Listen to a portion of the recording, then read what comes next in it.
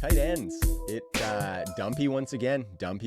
This was one of the years where I didn't say this could be the year of the tight end because I've been duped by that so many years prior. And it's not really been the year of the tight end, although we have seen some elite performance from some unexpected names for sure. I think the biggest elephant in the tight end room, though, would be Kyle Pitts. And after a big week 5, we're probably asking ourselves, is he back?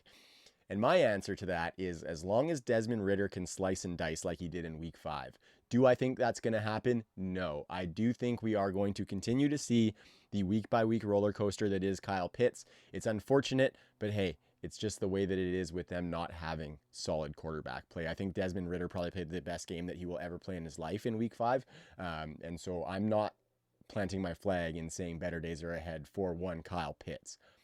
When we look at week 5 and his 15.7 PPR points, that was the 5th best fantasy day of his 3-year career and only the 5th time he's hit 15 PPR points in a week in those 3 years. So sad story there. And like I said, I don't think I'm ready to say there's better days ahead. Desmond Ridder getting that win in week 5 and playing the way he did in week 5 probably cements him as the starter for at least a couple more weeks, where previously we were clamoring for Taylor Heinicke to get some starting reps here with the Falcons. I think what Heinicke brings is a little bit of that gunslinger, you know. He could bring out some of that potential with Kyle Pitts because he's not afraid to throw it before his guy's open, throw it when his guy's covered, all that stuff. Taylor Heinicke will do that, where Desmond Ridder's just a bit of a deer in the headlights where that's concerned. So we're still holding Kyle Pitts for the upside that he presents. The usage is great. He runs a ton of routes. He's only 8 targets off the tight end lead, which is TJ Hawkinson. It's just the quality of targets that he's getting from Desmond Ridder, right? And so we just hope for positives there and maybe hope for a little Taylor Heinicke. And I think we're going to see some decent performances like this throughout the rest of the season, but just not consistently. And man, if there's ever been a player that's tested the talent over situation theory, it has been Kyle Pitts. Holy cow.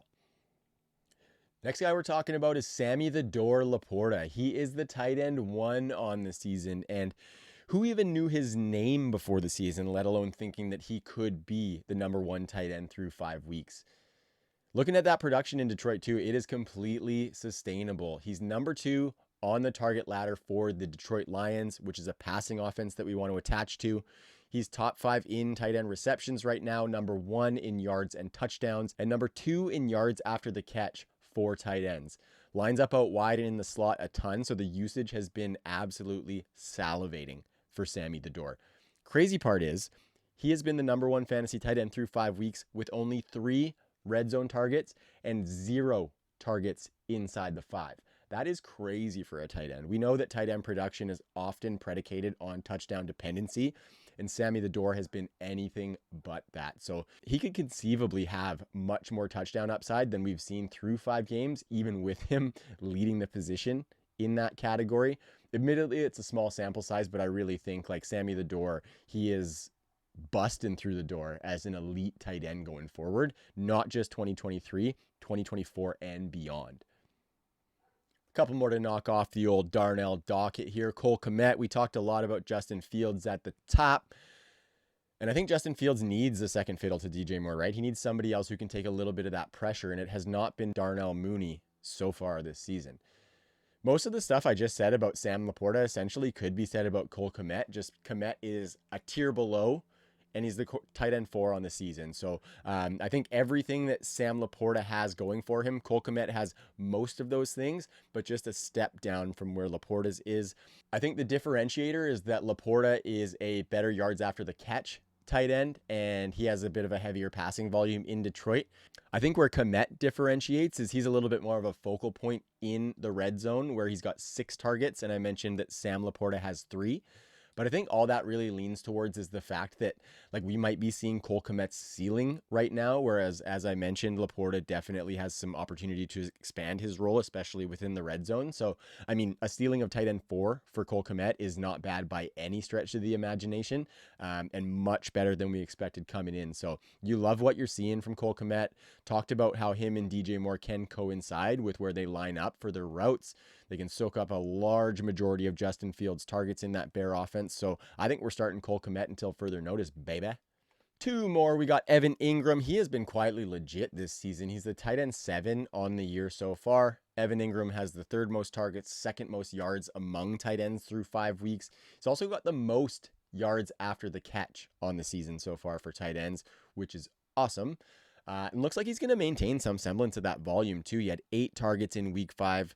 Obviously not a great finish. He finished outside the top 20, only catching 4 balls for 28 yards on those 8 targets. But before week 5, Evan Ingram hadn't finished outside the top 10 tight ends in any of the first 4 weeks. So I think more of the same. Top 10 locked in every single week. Jags are another passing offense that we want to attach to. And, Evan Ingram is a way for us to anchor there. Okay, last one is Dalton Schultz. And looking at the opportunity from week 5, he could be set for some elite tight end opportunity. 10 targets in week 5. Dalton Schultz sits just outside the tight end top 12 at tight end 13. And I'm not coming in here saying he's going to give you any monster week-winning weeks. He doesn't do that. He only has 1 reception of 20-plus yards, not getting a bunch of targets downfield or anything like that. But the target volume looks to be on the upswing, and he has proven to be a very good red zone weapon. We saw that come to fruition in week 5 for the Texans. So what Dalton Schultz lacks in big playability, he could supplement with some touchdown upside. And I just think Dalton Schultz is a really solid pickup for a tight end needy squad. So if you are in need, pick him up.